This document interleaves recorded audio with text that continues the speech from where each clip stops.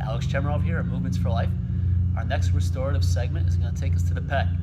So when looking at the anterior structures, without beating a dead horse, posturally speaking, we all know what happens, right? As we get into that chair-borne computer posture, which is a position of push, right? Because when my hands are in front of me, technically everything else follows at the thoracic level. So everything in the front, so pec minor gets shortened. So how does that impact what happens at the shoulder blades? Well, the pec needs to allow the shoulder blades to be able to move fluidly, because after all, the shoulder blade and the humerus need to maintain a rhythm within one another as we move in all planes of motion. All right, so so how do we see this expressed? So like in dysfunction, all the different tendinitises of the elbow, so golfers and tennis elbow. So the way we start thinking here is who's not doing their job, that these smaller muscles start taking the brunt of all the work. So typically more at the origin, so less distally in the chain, so closer to what's going on at the scap, and as it ties into the rib cage, we need to start paying attention to what's going on there, because typically that's where the solution is going to be, rather than the symptom, which is going to be more at the elbow, either lateral or medial. So as we start making the tissues more pliable, then we can start getting into our mobility work and all of our different strengthening and activation work to help kind of just restore that movement where it needs to take place. So to roll the pecs, a couple of different techniques. So the foam roller works really well, but it is kind of limiting. Ladies, sorry, for obvious reasons.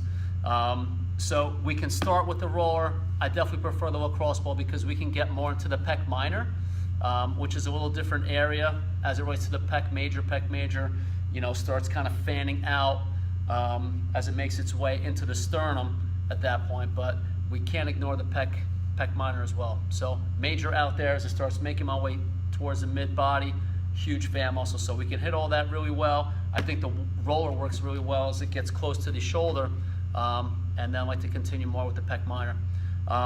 Speaking of ladies, if anybody has breast implants, depending on which technique they had, if it goes under the pec, then it can falsely kind of create tighter pecs. So if you have clients or you yourself had implants done and then start finding some shoulder dysfunction, then this area, I guarantee you, as you roll your pec minor, it's going to feel absolutely awful, but it can help you in restoring that scapular motion, because the implants can definitely come in there and start throwing off the natural function in terms of how that scap was moving prior to that falsely tightened pec as a result of the implant. So, forgive me, I digress. So here we're going to make our way. So using the roller, I'm just going to get into, so I'm really close to the shoulder and I'm starting to make my way towards my ribs. And for us men, we can make our way towards the sternum. Not much difficulty there. All right, and the roller, due to its size, is a pretty broad kind of, you know, spectrum rolling. It gets so much more precise and focused when we start using a lacrosse ball. So to do that and to locate your site, we like starting by identifying your collarbone and then just go directly underneath it, and that's going to be a great way to identify your pec minor as you start making your way down 1 to 2 ribs from your collarbone.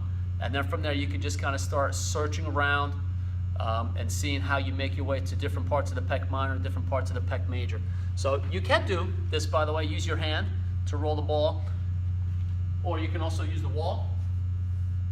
And I can keep my hand at different kind of positions. So at rest, I can just let the arm relax as I make my way through the pec, just like I was demonstrating earlier.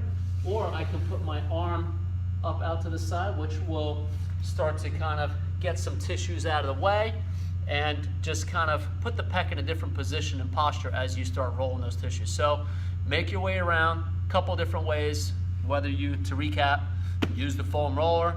You can use a ball that you can just kind of manually roll with your hand, or you can go against the wall and just see what you find. Guaranteed, if you do any sitting at all, which many of us do, all different degrees, you're going to find quite a bit of stuff in there. So take your time, see what you feel, whether it's more close or higher up, more towards the sternum, more out, as it starts kind of fusing its way down into your upper arm bone.